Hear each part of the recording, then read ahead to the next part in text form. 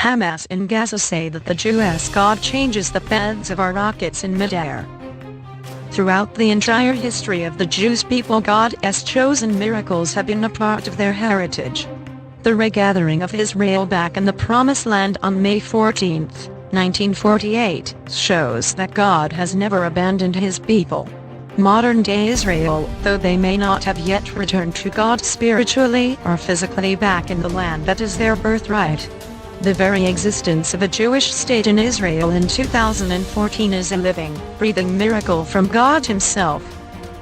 So it comes as no surprise of any kind the current headline out of Gaza, where the Hamas rocket launchers are complaining that their God changes the path of our rockets in midair. That is exactly how the God of the Bible operates when his holy land is on the line.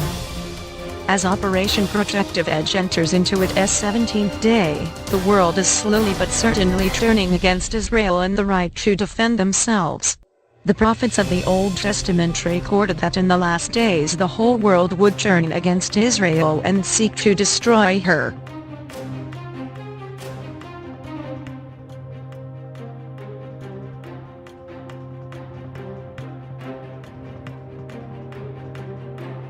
Officials say ISIS militants destroyed a revered holy site in Iraq Thursday. The terror group allegedly planted explosives around the Tomb of Jonah in Iraq's second largest city, Mosul.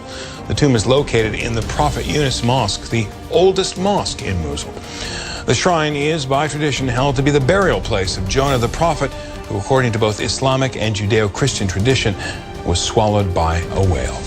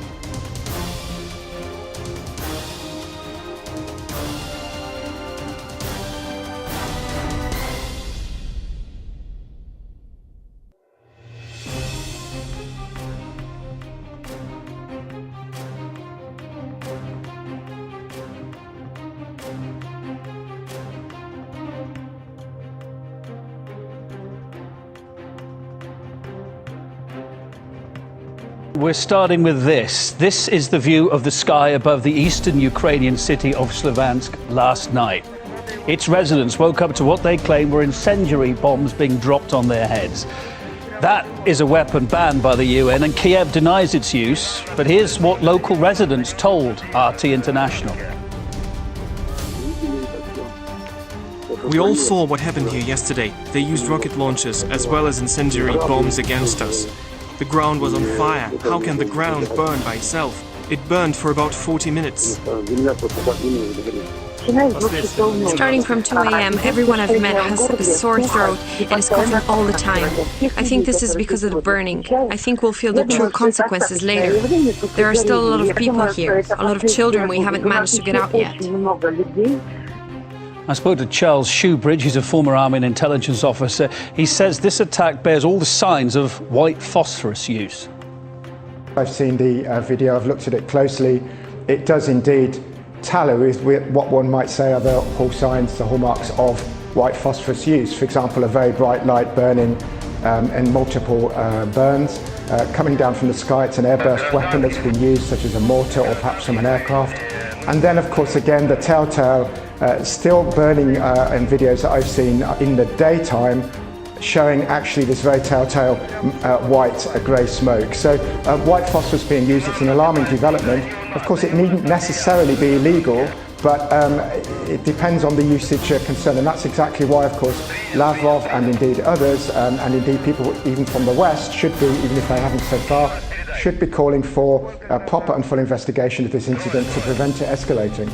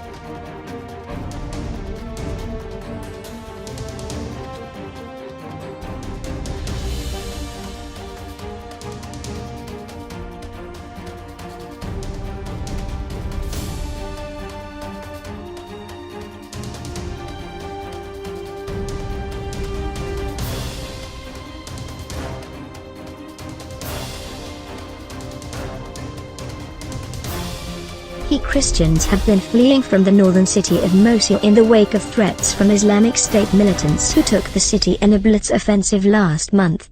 The militants have called on the Christians to convert to Islam and have tried to impose their own strict interpretation of Sharia law. Most Christians opted to flee to the nearby self-ruled Kurdish region or other areas protected by Kurdish security forces. Zaid Krekar Shishak was among those who escaped with his family. He told the Associated Press on Tuesday that they fled with nothing more than the clothes on their backs. The family took refuge in the St. Joseph Church in the northern Kurdish city of Erbil. The governor there, Norzad Haidi, has pledged to protect the Christians. Christians in Iraq are fleeing their homes and their country as the militant group ISIS aims to create an Islamic State. Tens of thousands of local Chaldeans are watching the situation very carefully with concern. Fox 5's Jason Sloss joins us now in studio with the very latest. Jason. Well, there are more than 60,000 Chaldeans here in San Diego County. Many are very worried about loved ones in Iraq. They fear the worst after ISIS set a Saturday deadline for Christians to convert to Islam or die. Saturday, militants bombed and burned Christian property and several churches in Mosul, including this 1,800-year-old church. Christianity, as we know it, is over in Mosul. Baba warns ISIS won't stop there. ISIS has been very clear that they're going to march city to city, region to region, and they know no boundaries. Iraq was home to about 1 million Christians a decade ago. Their numbers are quickly dwindling to around 450,000 right now, and ISIS wants to wipe them out. We condemn in the strongest terms the systematic persecution of ethnic and religious minorities by ISIL. These are abominable acts. We are very clear that they only further demonstrate ISIL's mission to divide and destroy Iraq. And they have absolutely no place in the future of Iraq. They told us to grab our things, and so we packed our bags and we left. On our way, we had to go through an area where they had to set up a checkpoint. They asked us to get out of the car. We got out. They took our things and our bags, our money, everything we had on us. The future, I don't know what is going to happen to us. Our future is uncertain. Our house is now gone. They took it and put it under their name. They wrote Islamic State on it. Now what?